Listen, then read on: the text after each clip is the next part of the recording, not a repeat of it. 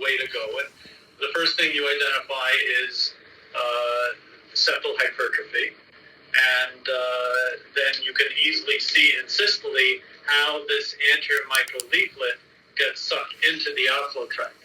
Sometimes as well you can see just the chordae get sucked this way into the outflow tract. So-called chordal SAM? Chordal SAM, that is chordal SAM.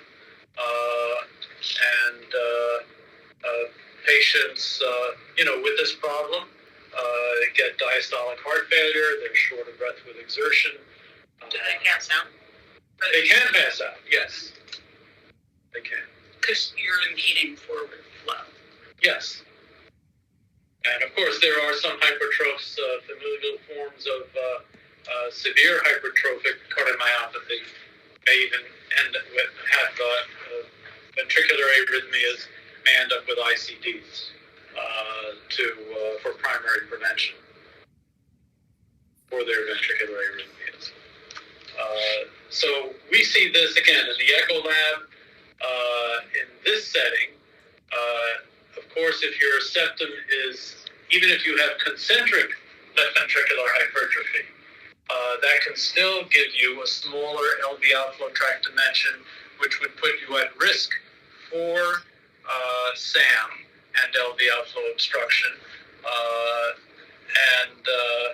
If you have volume depletion and a small left ventricle, or if the left ventricle is smaller than usual, that would increase the outflow obstruction by causing more SAM, and that's more likely what you would see postoperatively in patients with long-standing hypertension, left ventricular hypertrophy, and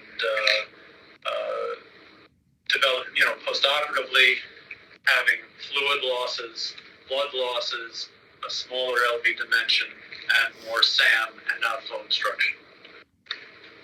We brought a TE of a patient that we actually ended up doing a CABG on. Yes. Would you mind walking through the TE images here? Sure. I'll try it for you if you want. Okay, so this is a lot like my picture there. Here is the LV. There is hypertrophy. It looks thicker than normal. This is the aortic root. The aortic leaflet's right here. This is the anterior mitral leaflet. You can see the chordae faintly. They're very thin. They're like, I make the analogy to parachute cords. When I explain this to patients, these leaflets are kind of like the parachute, and the chordae are like the parachute cords. In any event, here, this is kind of subtle. Instead of this leaflet having an orientation like that, at the very end of systole, you see it kind of bend toward the septum here. This is not too dramatic, but still, instead of having an orientation like that, you can see it kind of bend towards the septum. That is systolic anterior motion, again, of the anterior mitral leaflet. Here you can see actually it's a little more prominent. That tip is really kind of pointing very much into the interventricular septum.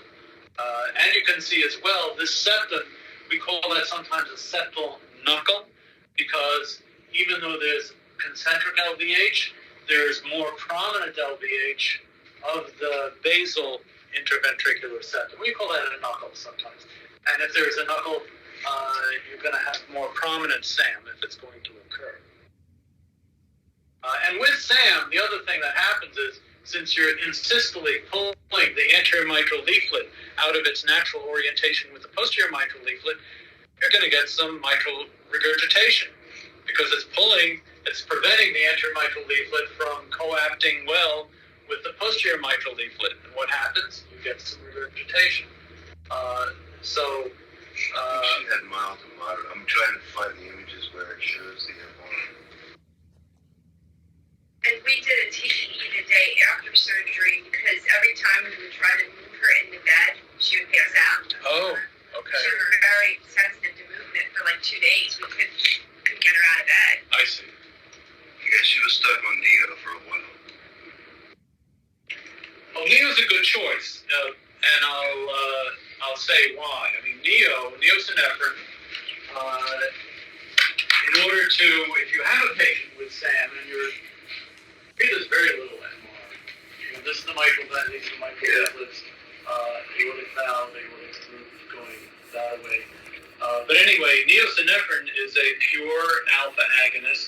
any beta. So it's got a pure vasoconstrictor, basically, which is going to increase afterload. And that's really what you want to do in this case, to make it prevent the ventricle from emptying completely, or as much as it would. You want to decrease ejection fraction a little bit to increase the volume of the ventricle, whereas pressors like dopamine, levophed have alpha and beta. You don't want beta, because beta is just going to make the ventricle contract more vigorously, which is your enemy in this case, because that's going to increase the outflow obstruction. And that's the strange thing about outflow obstruction. It is counterintuitive. You know, you say, well, the patient's passing out. Let's give pressors. Let's give dopamine. Let's give levophed. No, you don't want to do that. Or a patient's at heart failure. Let's give Lasix. No, you don't want to do that. It's just the opposite, because you want your ventricle on the plump side, and you do not want increased contractility. You want less contractility to allow the LV outflow tract to be as big as possible. So NEO was a good choice for this patient.